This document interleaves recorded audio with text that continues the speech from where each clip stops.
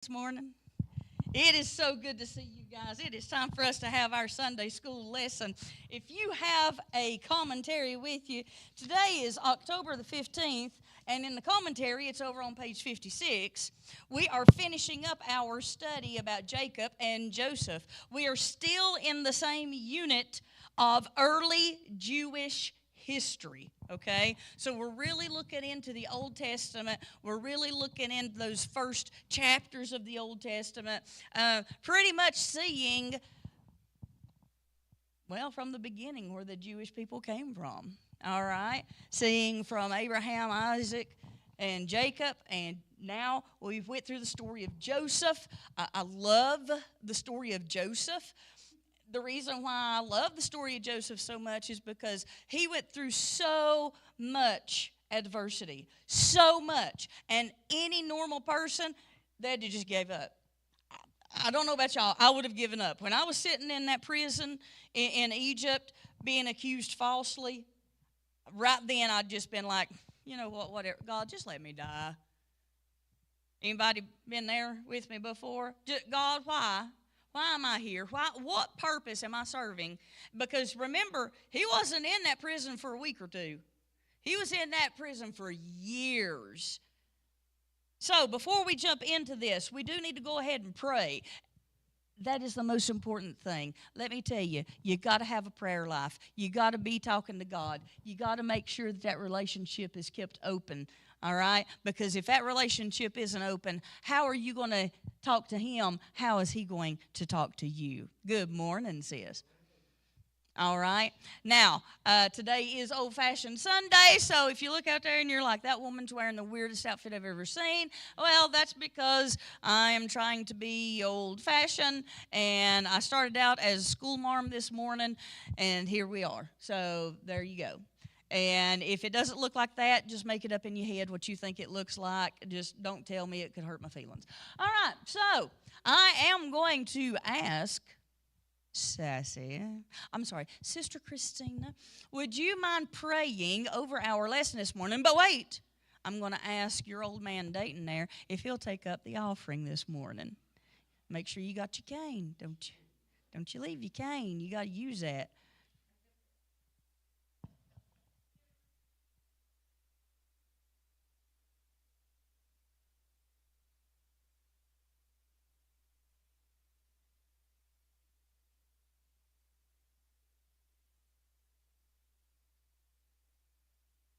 Amen. Now, you got to understand, historically speaking, factually speaking, looking at the land at the time, you have to understand that the Jewish people, they were going through some serious times as far as the famine was concerned, as far as trying to take care of their family was concerned. They had a lot they were dealing with, okay? But God stepped in to take care of his people. God will always take care of his people. And what I was saying about the story of Joseph is the fact that Joseph, you got a boy that the brothers hated him. He got threw in a pit.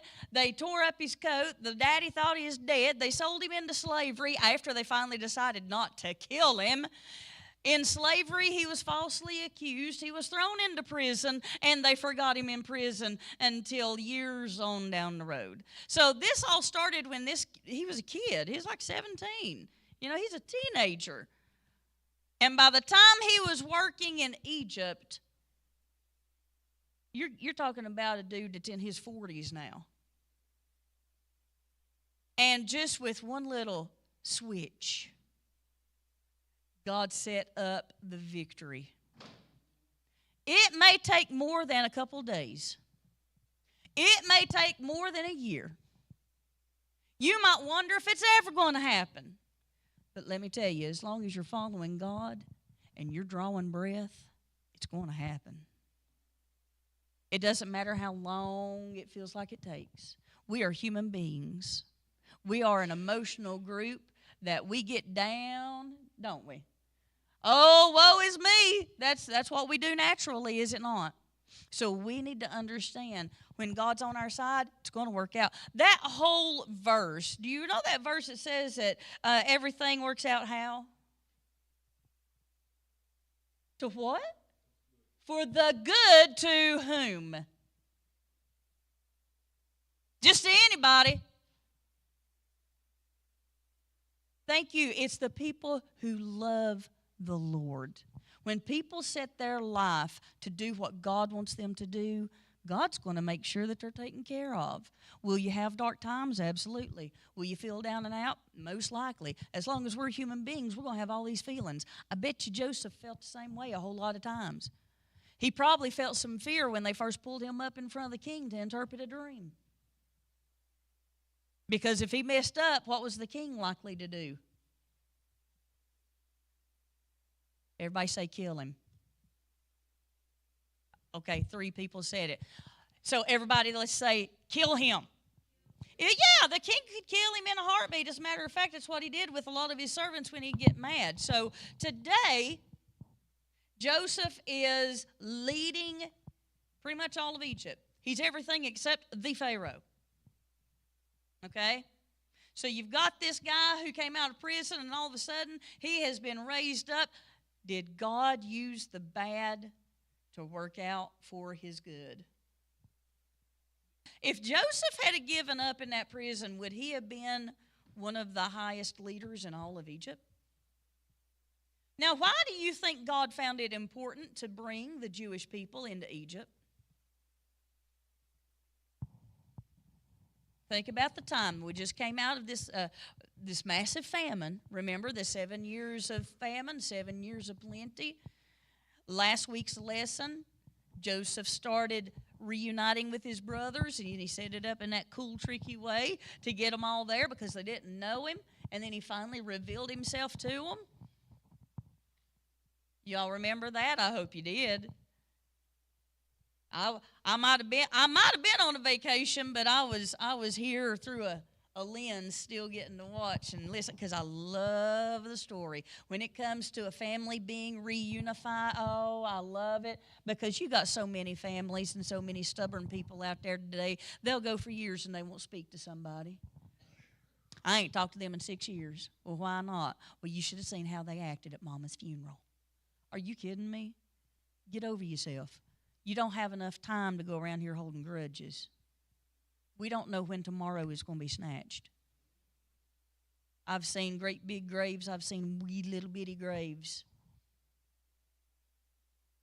There is no respecter of person based on age. We need to understand that. And that's why it's so mightily important for us to get this word out and let people understand it. So Joseph reunited with his brothers. He brought in his family. He brought in pretty much all of the Jews at that time, did he not? So here he brings in all of these Jewish people into Egypt. Because what did Egypt have? Egypt had food. Egypt had plenty. Egypt had plenty because God had Joseph there instructing him what to do, and the boy listened. So it was set up for the Jewish people. They were definitely going to be a survivor at the cost of the Egyptians. The Egyptians had the land. The Jewish people had the promise. Did they not? And God's promise, it's going to happen. God's promise is going to happen. It's that simple. His word does not return void. His promise will happen. Look with me now. All that was totally free and part, that was the build-up, okay? I'm sorry, but when I miss a week, I get all excited about the Sunday school lesson, and I like to go back and look at what we didn't get to talk about. Did anybody have any comments about the build-up up till now? Because today we're coming to the end of it. Today, the title of our lesson is Jacob and Joseph Die Well. We're going to be looking at Jacob's final words in Genesis 49. We're going to be looking at Jacob's burial in Genesis 50. And then the third part, Joseph reassures his brothers, and that's also in Genesis 50. Our central truth today, God enables his children to finish life well. He does.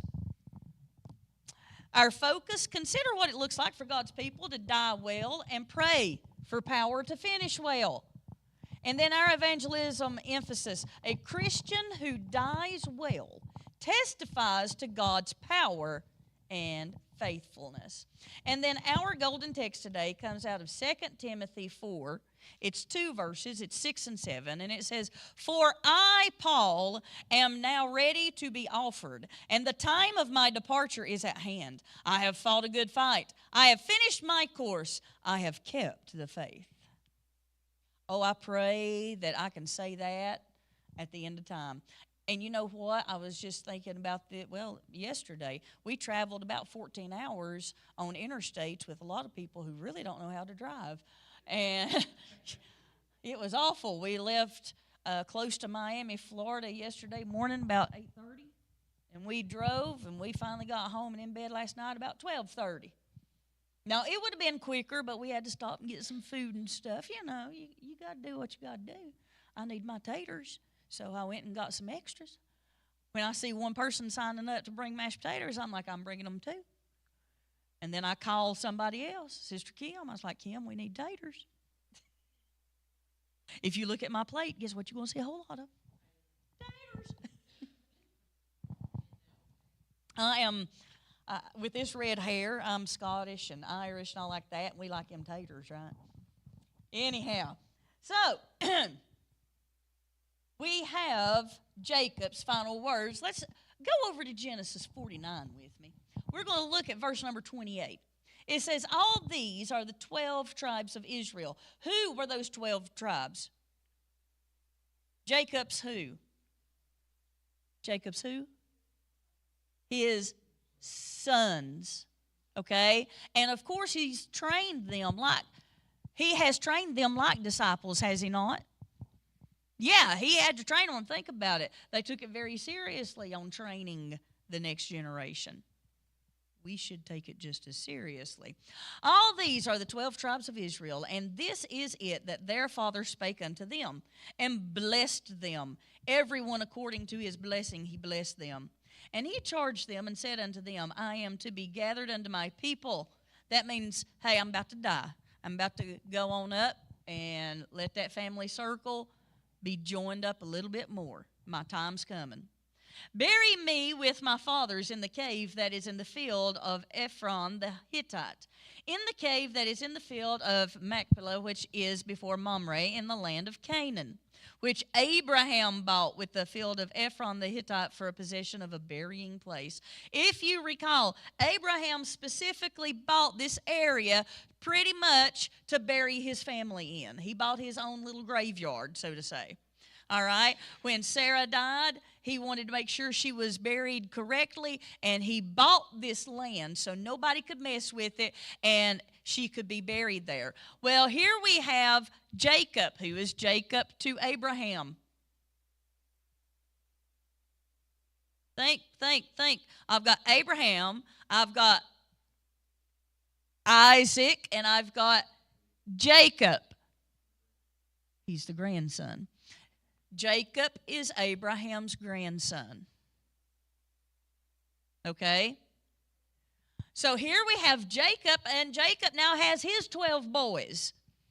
Remember, Jacob married Leah, he married Rachel. There's a few more thrown in there, and he had all of these kids, right? But he had 12 boys, and those 12 boys grew to become leaders of the 12 tribes of Israel. If you recall, at this time, Jacob didn't go by the name Jacob.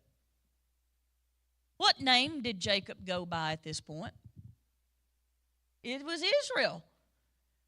Jacob became Israel. You remember that promise that God gave Abraham. He said that his offspring would be how many? Just as many as the stars. He would have as many offspring as there were stars in the sky. I don't know if you've looked lately. There's a bunch of them. All right? And so Israel, Jacob becomes Israel, and we recognize Israel today as an entire country because, let me tell you, there's enough of that offspring, as many as the stars in the sky. There's a bunch of them. All right? So when we look, Jacob is like, listen, I'm in Egypt. This is not my promised land. Don't you know Abraham told him all about the promised land? Abraham taught him thoroughly. Think about your grandkids. If you get around your grandkids, you're going to teach them something. You try to teach your kids, sometimes you don't think it takes too well, but you know what? They take more than what you realize. So don't let the opportunity pass. You don't have to fuss and gripe and moan and beat them in the head.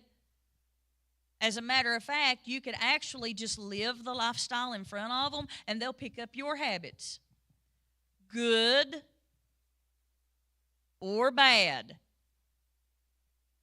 So we need to watch ourselves. We need to make sure that that example is being set correctly for our next generation and train them accordingly. And like I said, you don't have to train with just words. Train with your everyday action. My daughter, before she goes to bed at night, she makes sure to read the Bible. She makes sure to pray. You know why she does that? Because every day as she grew up, guess what my family did before we went to bed at night? We read the Bible and we prayed. The training took. She still does it. She's more adamant about it even than I am. I'm proud of her for that too. It took. That relationship with God, it took. If she hadn't seen me having a relationship with God, do you think she would have wanted to keep up with a relationship with God? I have a lot of people, they'll be like, I send my kid to church. Oh, so-and-so, they take them over to their church all the time. Well, if you never darken the church door, are you showing importance of going to church to your child if you just send them? Must not be too important if you don't go.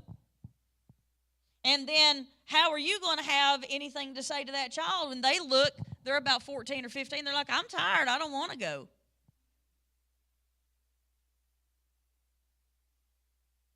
We have to lead by example. So, here we have Jacob, who is now Israel. He's talking to his sons. He's like, listen, your papa bought this area close to our promised land. I don't want to be buried in Egypt. This is not my people. This is not where I belong.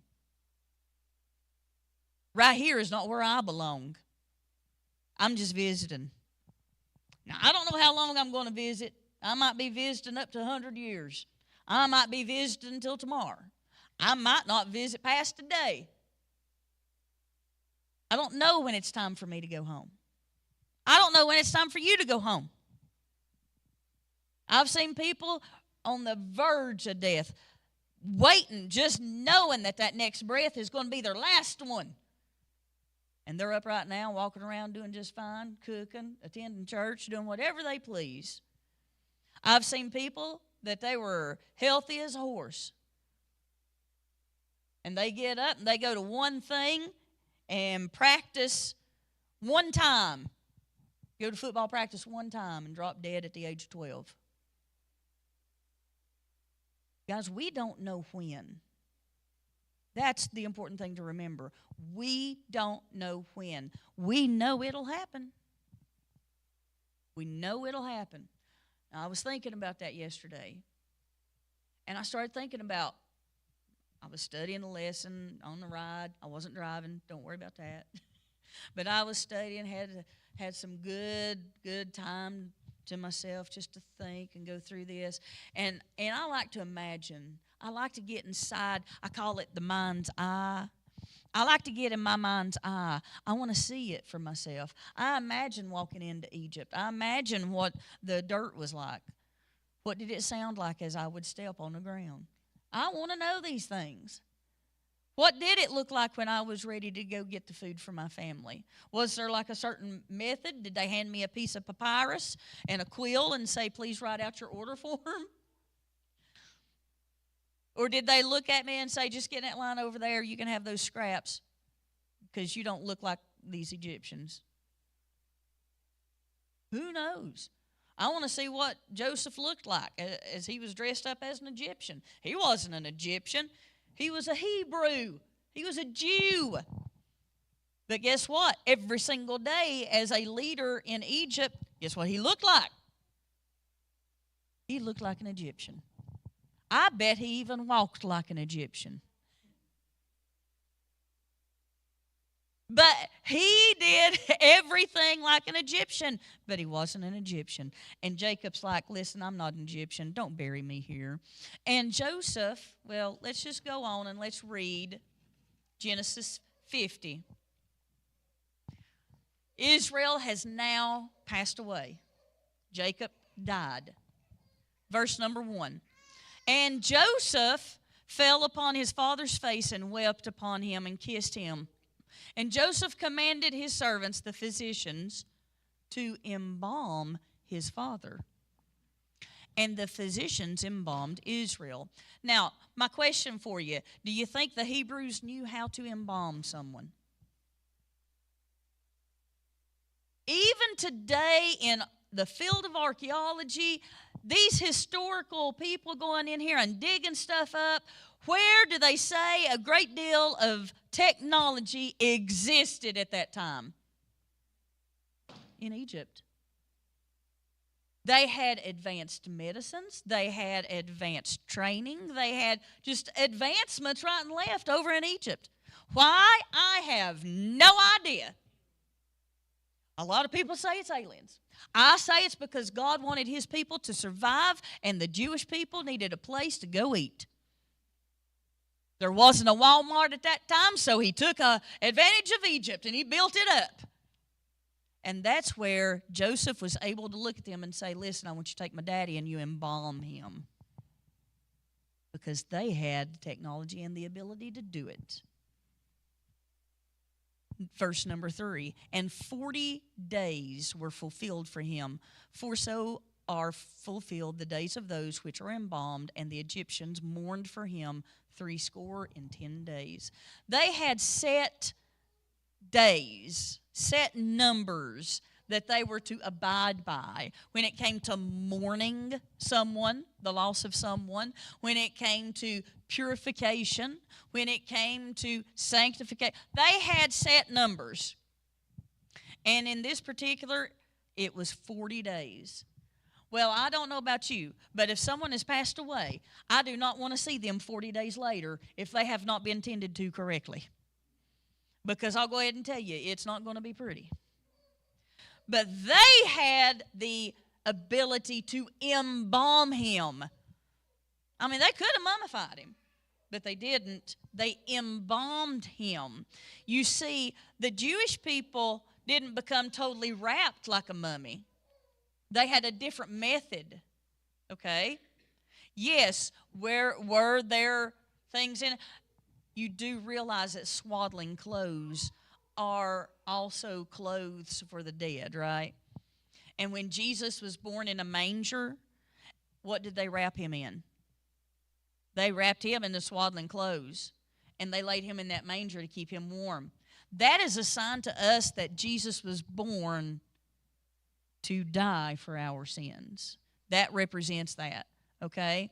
But in this situation, Israel's like, he's dead. Joseph has mourned. And because Joseph was so important, this Hebrew boy was raised up in Egypt as such a leader, everybody loved him. Look at verse number 3 again. It says at the bottom of it, the second part, and the Egyptians did what? Mourned for him. If Joseph was sad, they were sad. Have you ever loved somebody to the point that if they get sad, you get sad? You can only have that kind of love when you understand God. You can only experience that kind of empathy and sympathy when God's in a relationship with you. He is the only one that can teach you that. By the way, ladies, this Tuesday night is Our Ladies Ministry right here in the fellowship hall at 6 o'clock. I encourage you and invite you to come because we're going to be looking a great deal at that right there, the empathy and the sympathy. I watched last Wednesday night and I heard the wonderful fruit of the Spirit being explained, and they were talking about kindness, and I was like, oh my goodness. And God just started talking to me. He's like, need to talk to these females. You need to help, because you know what? We are one huge key factor at home, are we not? We take care of a whole lot of stuff. There are a lot of females that feel so underappreciated out there, and they don't need to. We need to realize that empathy and that sympathy and why it is that we are the way we are. This Tuesday night, girls, if you can be here, be here. Guys, if you want to come on. I don't care. That'd be fine. Dayton, if you show up, I'll have a Mountain Dew. But if you want to show up, it's fine. It's a Bible study. It's just that we like to focus on the female side. And you know what, guys? Might help you to hear it be focused on the female side, so maybe you can understand that crazy woman a little bit better. Because we can come across pretty crazy, can't we, girls? If you don't believe that, just hang around for a day. You'll find out really fast. All right? So I encourage you, I invite you this Tuesday night from 6 to 7 in the fellowship hall. Now, back to Israel. They've gone through the morning. Let's look at this little snippet titled Anticipating Life in Heaven. In 2 Timothy 4, Paul realizes he has come to the end of his life. He is confident he has remained steadfast to the call of God. Therefore, Paul does not despair as death draws near, but rather eagerly awaits the blessed hope of eternal life. The end of his earthly life meant receiving a heavenly reward. Now, as I was telling y'all on the ride back, I was just riding. I didn't drive any on the way back, because all these crazy people, boy, there's everywhere. It was so bad that at one point traffic was stopped. Even the cops couldn't get through, with lights blaring and flashing and sirens going, and people just clogged up both lanes, just like, well, good luck. And I'm thinking, you know, those lights mean something. Y'all need to try to get out the way. But people just get out there, they just get crazy.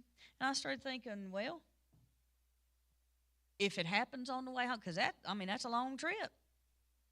And you're barreling down the road at 70, 75 miles an hour.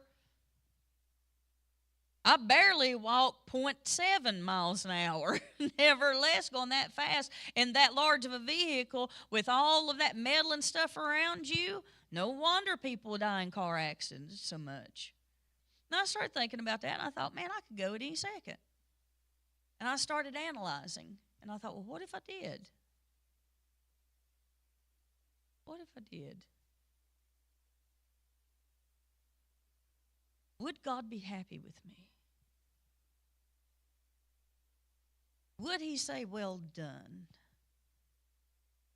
good and faithful servant?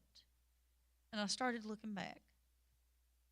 And yeah, we say, oh, don't look back, don't dwell on your past. But you know what? If you're dwelling on a past that you've done everything that you can do to serve God, I don't see a problem in looking back at that. And I came to the realization that, you know what? I'm good. If God took me right now, I'm good. I have confidence in knowing where I'm going. And with that, death doesn't scare me anymore. You know, you go through a life that you get afraid to die. You think about it and you're like, oh man, I don't want to die. I'm to the point now, it's not that I want to die. I'm just not afraid of it anymore. I'll get to see Israel. I'll get to see Joseph. I'll get to see my parents. I'll get to see all those who went before, and I'll get to rejoice forever. My happiest time I have right now is when I'm praising Jesus. Could you think about that for eternity? How wonderful will that be? We have no need to be afraid of death. When it is time for death to take place, that's just transferring me. That's the elevator I need to get to the top floor.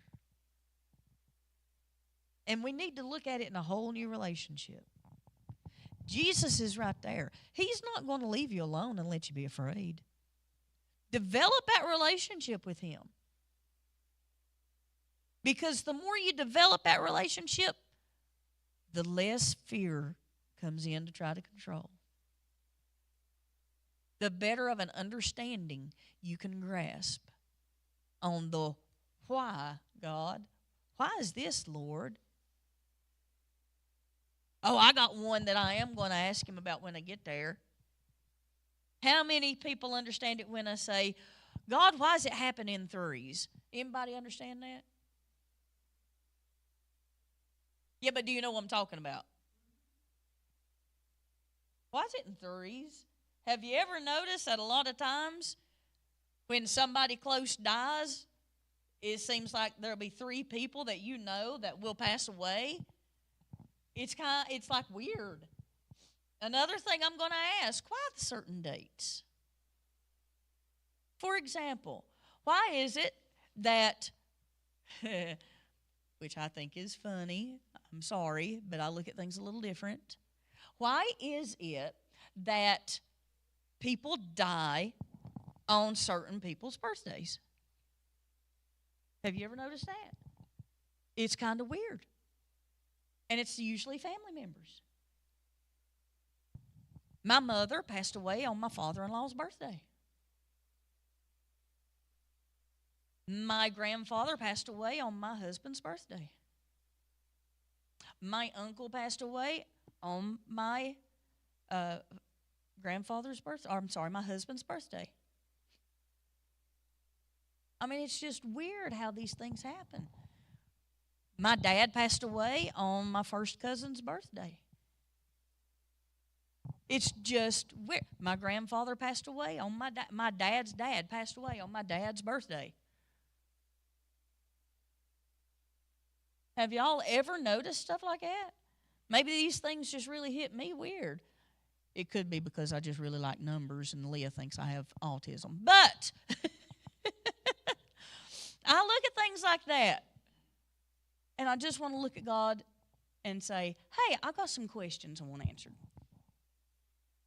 There's no reason to be afraid if you have that relationship where you can talk to him every day. I get in a situation, I talk to God about it. It doesn't matter how big or little either. It doesn't have to be something enormous for me to talk to God about it. You know what? I went snorkeling this past week. We took a little vacation. We got out in the ocean. I saw these fish. It was so cool. I can't really swim. I'll just be honest with you. All right? But boy, you slap a mask on my face and I'm ready to go. That just fixes everything. And I go just as far out and I see things like stingrays and all these fish and I just thank God because they're beautiful. And just so happened I got next to this bunch of big old rocks and they had like these coral reef things growing off of it. And there were hundreds of these fish. And the more I'd go out, the bigger the fish got. And Jimmy would be like, let's go back toward shore just a little bit. And I'm like, there's a bigger one. I'll be right there. It's great. Until you accidentally look too far down and you dip your little snorkel thingy under the water. That kind of freaked me out a little bit, but that's okay. I lived, and then once I regained my composure, I thank God for letting me see that because those were beautiful. I saw them all the way down to this big, and then the biggest one I saw swam by me. He was about yay big, about that big round. I don't know what he was. He wasn't a shark, so I was good. All right, but he had this yellow stripe across the top. He was just so pretty, and I was like, man. Found a hermit crab. He really didn't like for us to touch him. I mean, and even if it's a little bitty thing, I thank God for it because he let me see that. I grew up in the sticks of Parrottsville, Tennessee, where I would have to climb underneath the feed mill because it had a hole in the floor, and it was my job to crawl underneath the foundation where that hole let feed fall underneath, and I'd take a bucket and I'd scoop that feed up for free to go feed the chickens because I was the smallest one in the family. I was the one that could fit through the little space. All right, it was me and the crawl space, the hole with feeding the rats, and I didn't catch them, thank God, but I'd go in there and I'd get the feed. But this past week, I got to be on the British Virgin Islands over in a place called Tortola to where I could go snorkeling and see some of the most beautiful fish. Don't tell me God can't do whatever he says He will do. He will bless you. He will touch you. He will help you. I don't care where you came from. I only care where you're going to. I had an absolutely marvelous time talking about church stuff, planning out stuff. Boy, you wait. You people, you have no idea what's about to hit. We planned for 7 days straight. It was great. Those poor old servers probably wondered if we were just insane the way. The last morning. Yesterday morning, we did take one last free breakfast. We were over there. This little fella from the Philippines comes over. He's got the Danishes.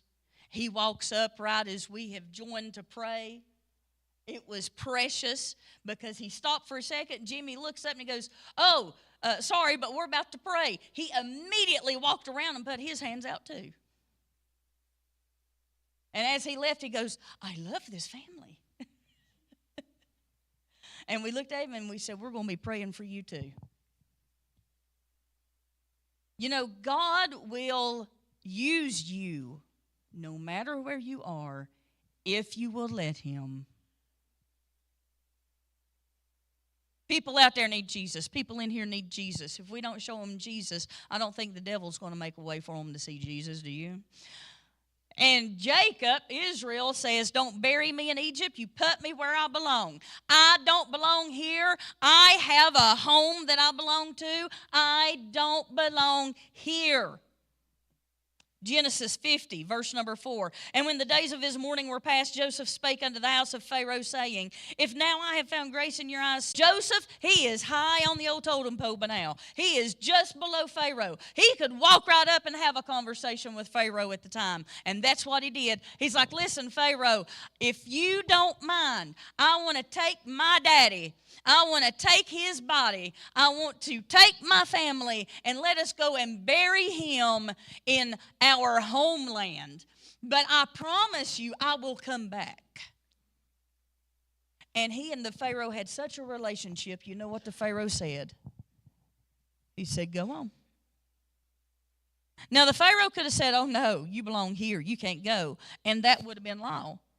But he didn't say that. Because of that relationship, he said, go. Take your family, bury your father where he needs to be buried.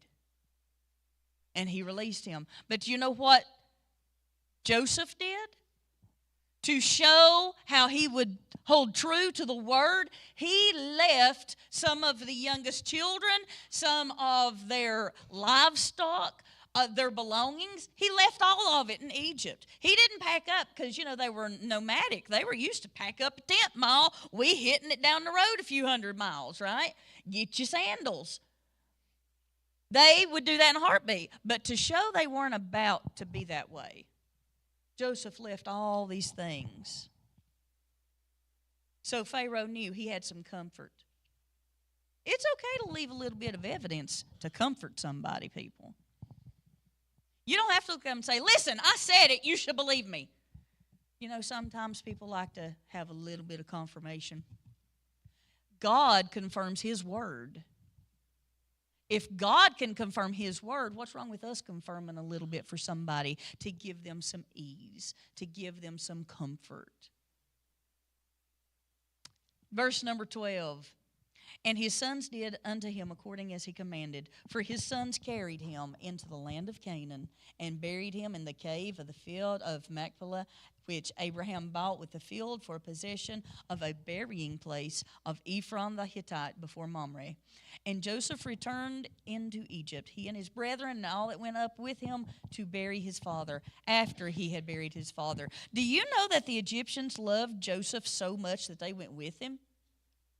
They went with him almost all the way to bury his dad. The Egyptians didn't have dealings with Israel. They had dealings with Joseph, but that was Joseph's daddy. And if he loved his daddy, they loved his daddy. And if he wanted to mourn and go bury his daddy, they were going to mourn and they were going to go with him to bury his daddy. But when it came to the promised land, when he got to the border of the homeland, the promised land, the land of Canaan, when he got to that area, he looked at the Egyptians and he's like, you have to stop. The promised land wasn't for Egyptians. Who was it for? Who was the promised land for? For who? For God's people. Who are God's chosen people? The Jews, not Egyptians. And when God says only this is supposed to take place here, then guess what? Only this is supposed to take place here.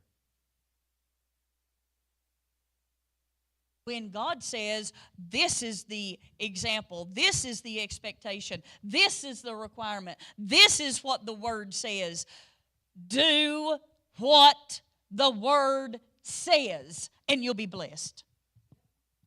It's pretty simple. Do what the Word says, and you'll be blessed. It's not always easy, because as long as the devil's out there and he can control anybody, he's going to make your life as rough as he can do. But the promises that God has given you, they're going to happen. You do realize that the promises that God has given you, they may not happen here on this earth. Do we realize that? Think about that for a second.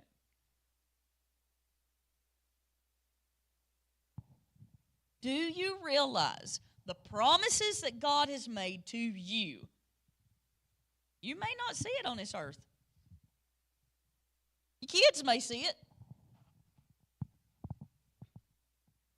Did God promise David the temple? Did he promise David that a temple was going to be built? Yeah, absolutely. Did David see the temple? Nope. As a matter of fact, David helped gather stuff for the temple even, but he never saw it. Who saw the temple? Solomon, his what? His son. God gives promises to you that you may never see here, but let me tell you something, you'll still see them. I believe that when we are in heaven, all the good we see and we know it. We won't know anything bad. We won't know anything negative. We're not going to, it's heaven. You can't call it heaven if you're going to have anything that isn't absolutely wonderful, okay? It wouldn't be heaven then. But even if I died today, I know I'd be in heaven. And I've told God, you know, God, I would like to at least live long enough to see a grandchild. Because my daughter's now married. But at the same time, she's like, I ain't having no babies no time soon. And I'm like, that's good. I'm going to take your time. It's okay to take your time. It's okay to enjoy your spouse. Me and Jimmy, we enjoyed ourselves for a good 3 years or so before we had Leah. Because after we had Leah, dear Lord, it's like we didn't exist until she finally went to college. And then we looked at each other and we were like, who are you? Have we met? You want to go eat or something? It felt like we'd started dating all over again. You have different times of life, right? And we need to realize God has different times for certain things. This was Jacob's time, Israel's time to die, but the Egyptians weren't allowed to touch that promised land. That was for the Jewish people. So Joseph and his brothers took their daddy in and they buried him, and then they came back. I love this little thing. It's titled Fathering is a Marathon. This is just too cute. I like to compare the job of a father to that of a long-distance runner.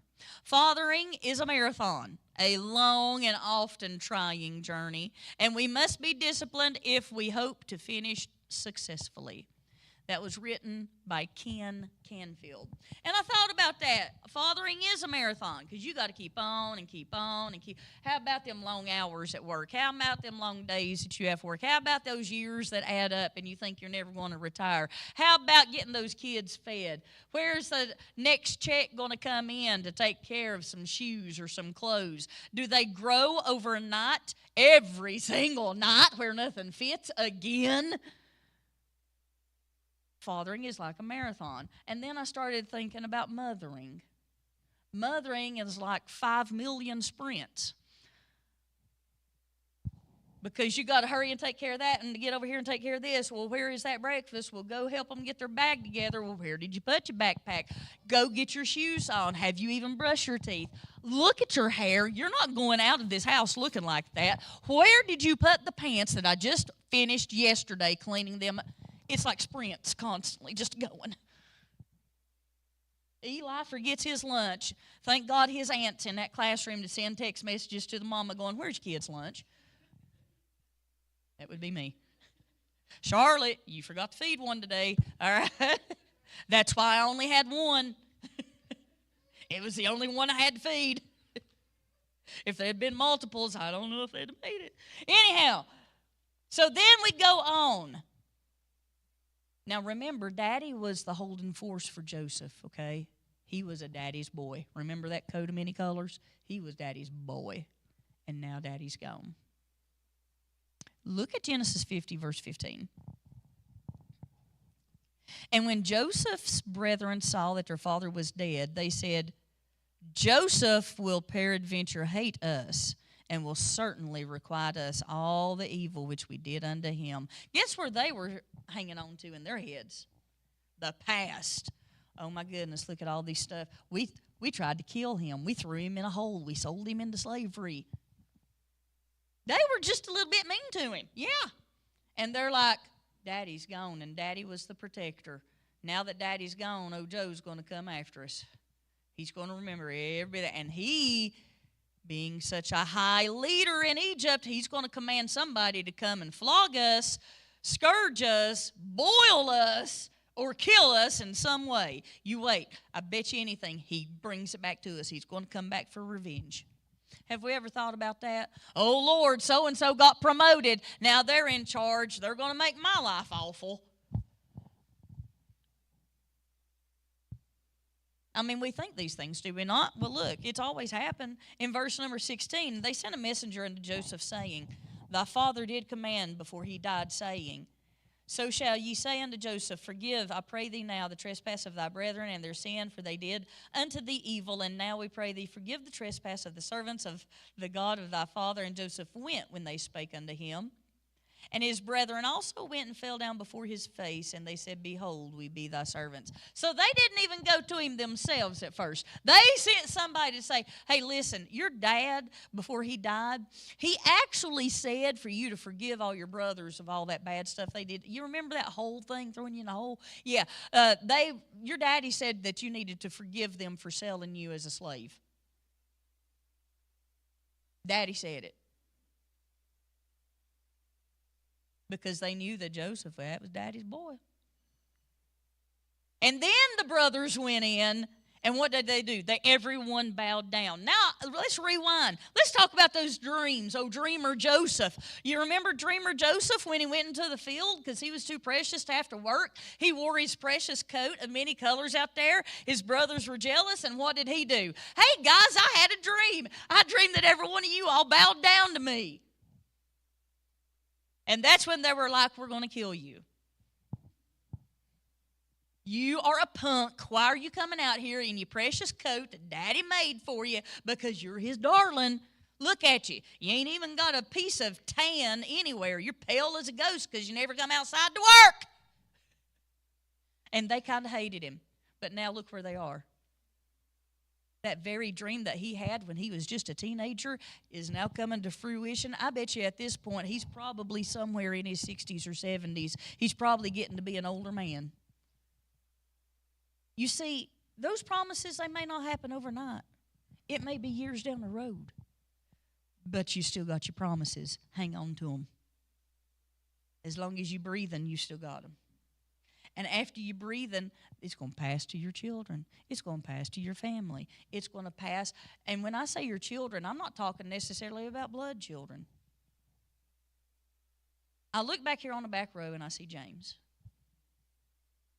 When I see James, James is not blood family to me. But at the same time, is he one of my children that I am training right here, right now? Absolutely. I may never see what comes of James. He might grow up and become an evangelist, or he might come up and become some great musician. And he don't even know it yet. You never can tell. But God has a call. God has a reason. God has a purpose. I might die today and never see it. But that doesn't mean his promise disappears. Do you see what I'm saying?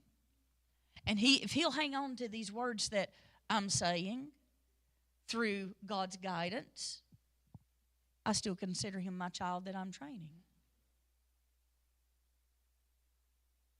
And it has nothing to do with age either, people. I consider Sammy one of my kids that I'm training too. When you're in a role that you are to set an example, you're training everybody that sees you. It doesn't matter the age. They can be older than you. They could be younger than you. I consider Mary Shelton one of my children that I'm training. Take ownership of your training. Joseph looks at his brothers and he's like, guys, you don't need to worry. I love you. I'm not. That can only be done through God. Okay? If it had been one of us, we'd probably said, yeah, I remember that hole is kind of dark. Let's see if you guys like it. Somebody bring the bulldozer. I need a hole. I need a hole to be about 10 feet deep. Make it dark, muddy at the bottom, please. And make the muddy part with some blood mixed in. I want it to stink. And let them sit down there for a few days. If y'all don't mind, just throw them on down. But, yep, I want their best stuff. I'm going to destroy it. All right? That's the human side. He wasn't that way. He had that relationship with God. And you know what?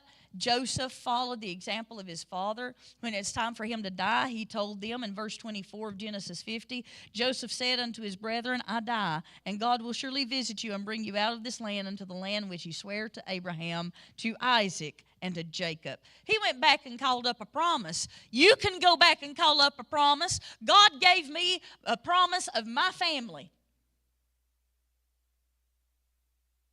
I claim it. Do I still have some family members out there that live like heathens? Well, yeah, we all do, don't we? But I claim every one of them. And I claim them because God promised them to me. Joseph took an oath of the children of Israel, saying, God will surely visit you, and ye shall carry up my bones from hence. He's like, listen, I don't care how long it takes. I don't care. Have me embalmed. Put me in. You realize this is one of the first coffins ever created was for Joseph. That's where we even get in a funeral to have a coffin, all the way back to him. Verse 26, Joseph died being 110 years old. They embalmed him, and he was put in a coffin in Egypt. And he told them plainly, don't you leave me here. Now, do you know that in Egypt, the Jewish people, Joseph's family, they were so blessed. They had so many offspring. Now remember, they were in control in our studies. Did the Israelites stay in control with Egypt? No. As a matter of fact, the devil got in the works. What God meant for good to make his people survive. These people replenished. They multiplied greatly. There were millions of them in Egypt till finally Pharaoh's men are like, hey, boss, you better look around. If they decide to take over, they could kill us easily. I bet there's 5 to 10 of them for every one of us. They could easily take over. You need to be careful. And that's when the tide started shifting against the Jewish people, and the Hebrews were put into slavery. Oh, fear will absolutely make people do some of the stupidest things, and it can be a very catastrophic thing. Would you mind doing this for me, please? Thank you, ma'am. Do not let fear control. Fear has no place. Fear has no place in our lives when we're Christians. There was one time on this little vacation, for whatever reason, They can't figure out what the deal is with my heart. I just think it's high strung like the rest of me. But it likes to beat really, really fast. So they've had to start medicines to try to slow it down, and they can't find out what the problem is. And then they want to go and say, well, we can't diagnose it yet because it hasn't been long enough, but we really believe it's this long-term COVID stuff that's affecting your heart and making it act all these crazy ways and making it to where you can't breathe just right and all like that. And I'm like, well, that's fine.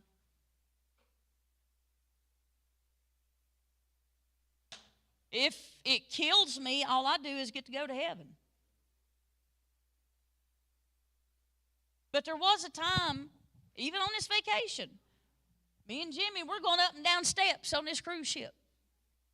Because Jimmy just loves to exercise. I do not. You can tell I'm looking. But he's like, let's take the steps. And I'm like, dear Lord, can you carry me? We're going up through there. I'm huffing and puffing going, I need a break. Oh, it was something else. I'm like, there's an elevator. He's like, we can get there quicker with the stairs. I'm like, no, you can get there quicker. And it did. It frightened me a little bit because I couldn't catch a breath. I thought, oh, God, I can't breathe. Am I going to die? And I thought, well, so what if I do? Take control of your fear. When the devil tries to mess with you, put him in his place. If you've got God, you've got what you need. You've got your promises. The devil's a liar. He's really convincing to some people. Don't let him convince you on nothing. He's a liar. We all have our promises, and we're going to get our promises. Here or there, we're going